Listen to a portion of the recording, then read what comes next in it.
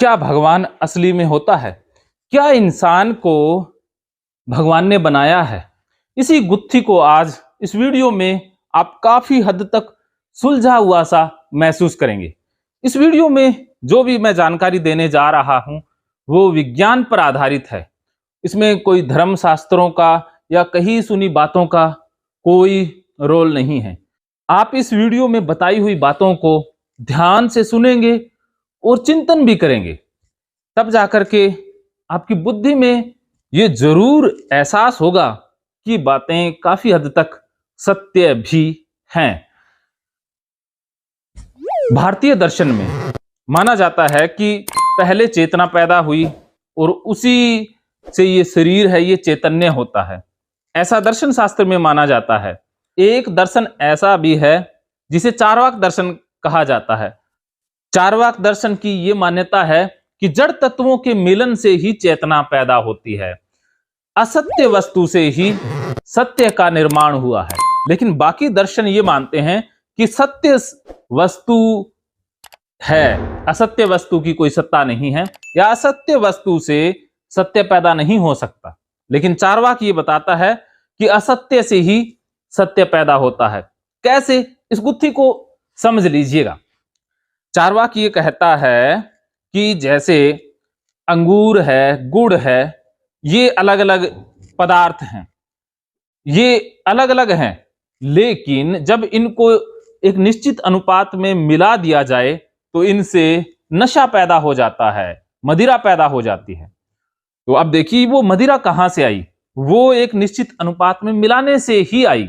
उसी प्रकार जो चार तत्व है, क्योंकि चार्वाक चार तत्वों को ही मानता है, आकाश को वो मानता नहीं, कि चार तत्वों को निश्चित मात्रा में मिलाने से या प्रकृति के स्वभाव के कारण मिलने से ही चेतना पैदा होती है, अर्थात इंसान बनता है। और ये तत्व जो आपस में मिल रहे हैं, इनको मिलाने में भगवान का योगदान नहीं है। तत्वों का स्वभाव है कि अपने आप ये मिलते रहते हैं, अपने आप ये बिखरते रहते हैं। तो जब तत्व मिल गए हैं तो चेतना पैदा हो गई है।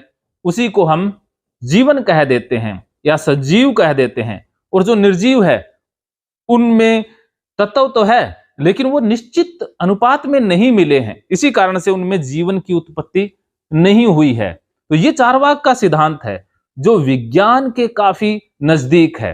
लेकिन इसके अलावा जो बाकी दर्शन के जो संप्रदाय हैं वो मानते हैं कि भगवान ने ही चेतना का विकास किया, कोई आत्मा होती है या कोई आत्मा का अंश है जिससे ये सब कुछ महसूस होता है। लेकिन चार्वाक का अलग ही दृष्टिकोण है। जैसे पत्ते हैं, पान के पत्ते हैं, तो वो पत्ते अलग अलग हैं लेकिन उनमें कोई लालिमा नहीं है, लेकिन जब उनको रगड़ा जाता है तो उसमें ललाई आ जाती है या उनमें पान का जो नशा है वो आ जाता है। वो कहां से आया? वो एक निश्चित अनुपात के कारण ही आया। जैसे हाइड्रोजन अलग अलग विद्यमान है, ऑक्सीजन अलग अनुपात में विद्यमान है, तो पानी नहीं बनेगा। लेकिन जब इनको एक निश्चित अनुपात में मिला दिया जाएगा तो पानी की उत्पत्ति हो जाएगी। तो ये पानी कहां से आया? पानी को भगवान ने नहीं बनाया है, ये कुदरती नियमों से बना है। अर्थात ये जो अणुओं का, परमाणुओं का, जो पदार्थों का एक नियम है, स्वभाव है कि वो अपने आप ही गतिमान होते रहते हैं, अपने आप ही निश्चित अनुपात में मिलते रहते हैं, बिखरते रहते हैं। ये कुदरती हो रहा है, इसमें भगवान का कोई रोल नहीं है।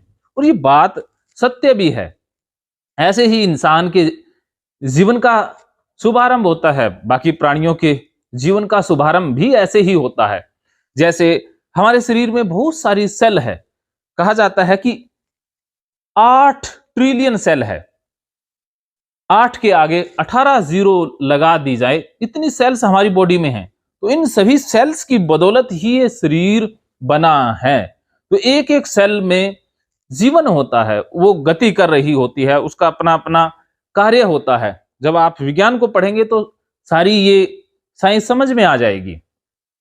जैसे चार्वाक का जो दर्शन है वो बुद्धिगत दर्शन है, वो बुद्धिमता वाला दर्शन है। और जो बाकी कुछ दर्शन हैं जो हिंदू माइथोलॉजी में हैं, जो सिर्फ और सिर्फ अनुमान पर आधारित है, जो सिर्फ कयास लगाए गए हैं, ऐसा हो सकता है। लेकिन कुछ धर्म, या मैं धर्म की बात ना भी करूं, अध्यात्म की बात करूं, तो कुछ बातें उनमें अच्छी भी हैं।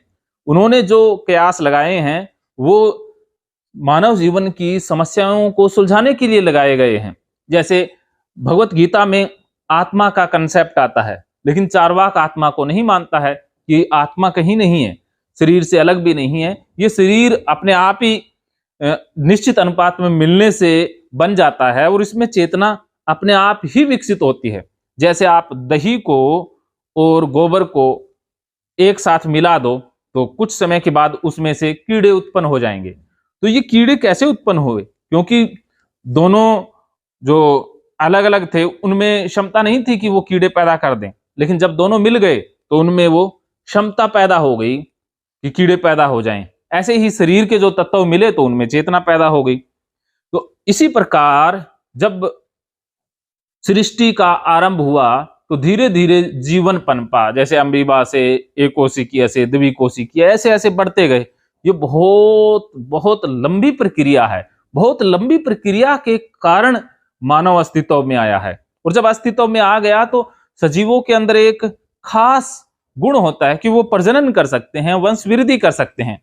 तो जो करोड़ों वर्षों की प्रक्रिया थी उन्हें एक डीएनए में या जीन्स में संजो लिया गया, क्योंकि करोड़ों वर्षों तक दोबारा से नहीं वो प्रक्रिया दोहराई जा सकती है। तो प्रकृति का नियम है कि वो संजो लेती है।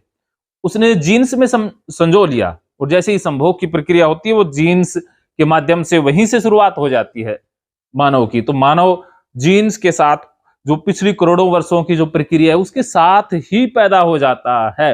ये भी प्रकृति का विशेष गुण है जिसमें ईश्वर का कोई रोल नहीं है। ये बिना भगवान के ही सारी चीजें हो रही हैं। धरती पर बर्फ गिरती है तो कुछ लोगों के लिए ये इंजॉय का विषय होता है, कुछ लोगों के लिए आफत हो जाती है। लेकिन ये बर्फ गिरना भी कुदरती घटना है। बर्फ कोई किसी को मारने के लिए या किसी को सौंदर्य दृश्य दिखाने के लिए नहीं गिरती है, वो तो कुदरती, जैसे वो हवा का जो दबाव है या वहां पर कुछ ऐसा वातावरण बन गया कि जो भाप के रूप में पानी था, जो गैसीय अवस्था में था, वो ठोस हो गया और सीधा जमीन पर गिर गया। तो ये अपने आप हुआ है, इसको किसी भगवान ने नहीं किया है, ये कुदरती नियमों से हो रहा है। तो कुदरत के नियमों को ही भगवान कहा जा सकता है। इंसान भी कुदरत के द्वारा निर्मित है, बाकी जीव भी कुदरत के द्वारा निर्मित है। ये साइंस कहती है, ये चार्वाक दर्शन कहता है। तो और अधिक आप जानकारी चाहते हैं तो आप इस चैनल के साथ जुड़े रहें। मैं ऐसे ही वीडियो आप तक लेकर आता रहूंगा। मानो तो मौज है, वरना समस्या तो रोज रोज है। महकेंगे फिर से खुशियों के रंग भगवत गीता थेरेपी कोर्स के संग। इतिहास का पहला ऐप जो गीता के माध्यम से ओसीडी डिप्रेशन का इलाज आसान बनाएगा। ओसीडी डिप्रेशन का इलाज हुआ और भी आसान, और वो भी बिना दवाई, घर बैठे। किसी को बीमारी की चिंता है तो किसी को चिंता की बीमारी है। भगवत गीता ने लाखों करोड़ों का जीवन बदला है और आपका भी बदलेगा। गीता थेरेपी कोर्स में आपको मिलेगा सभी 11 प्रकार की ओसीडी का संपूर्ण इलाज, जैसे गंदगी का वहम, बार बार हाथ धोना, बार बार सफाई करना, बार बार लॉक दरवाजा चेक करना व अन्य सामान की चेकिंग बार बार करना, एक ही विचार बार बार आना, नुकसान व मरने मारने का विचार आना, HIV, rabies, cancer, heart attack का विचार आना, IBS और नींद न आने की समस्या का हल गीता कोर्स में मिलेगा। आत्महत्या वाले विचारों से मुक्ति भी गीता थेरेपी कोर्स से मिलेगी। राजेंद्र जोधपुरिया ऐप पर आपको ओसीडी से संबंधित राजेंद्र जोधपुरिया की किताब भगवत गीता के मनोवैज्ञानिक रहस्य और अन्य टिप्स पढ़ने को भी मिलेंगे। गीता है महान थेरेपी। गीता में CBT, हिप्नोथेरेपी, माइंडफुलनेस, ERP व अन्य बहुत सी साइकोथेरेपीज का समावेश मिलेगा। राजेंद्र जोधपुरिया ऐप एक, फायदे अनेक। आज ही प्ले स्टोर से डाउनलोड करें, लिंक डिस्क्रिप्शन में है। तो देर क्यों, अभी जाइए डिस्क्रिप्शन में और लिंक पर क्लिक करके प्ले स्टोर से अभी डाउनलोड कीजिए राजेंद्र जोधपुरिया ऐप और पाइए अपनी सभी समस्याओं का हल। मानो तो मौज है, वरना समस्या तो हर रोज है।